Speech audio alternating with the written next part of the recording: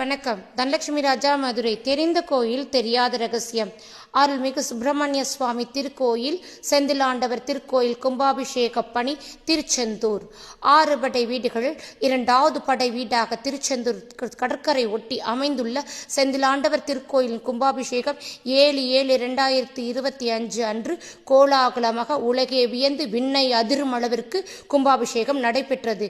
இத்திருக்கோயிலின் கும்பாபிஷேக பணிக்காக எங்கள் சேவையாளர் குழு மதுரையிலிருந்து திருச்செந்தூரை அடைந்தோம்.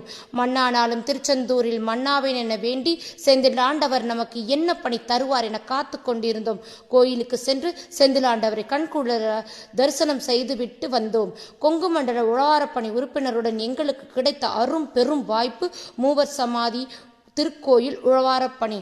முருகா, இப்பிறவி பிறந்த பெரும் பயனை அடைந்த பாக்கியமாக இந்த மூவர் சமாதி திருக்கோயில் உழவாரிப்பணி என மனமுருகி வேண்டி கடற்கரை ஒட்டி அமைந்துள்ள மூவர் சமாதி கோயிலை அடைந்தோம்.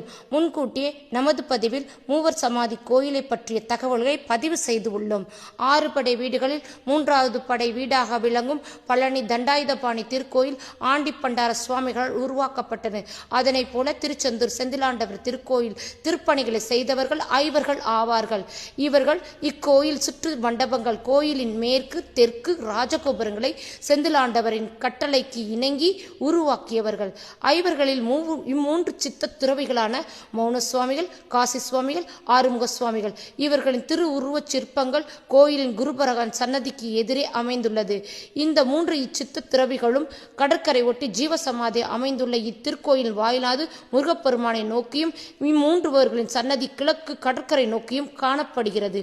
கும்பாபிஷேகத்தை முன்னிட்டு எங்கள் சேவையாளர் குழுவிற்கு மூவர் சமாதியை சுத்தம் செய்து வெள்ளையடிக்கும் பணியினை வழங்கிய செந்திலாண்டவர் எங்களுக்கு அளித்த பெரும் கருணை.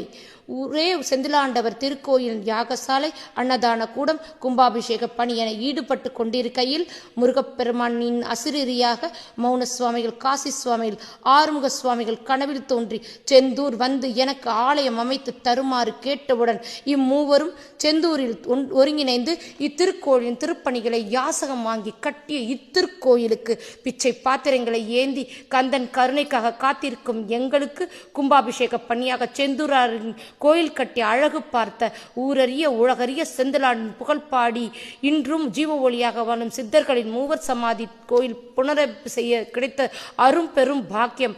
நன்றி, வணக்கம். தனலட்சுமி ராஜா, மதுரை.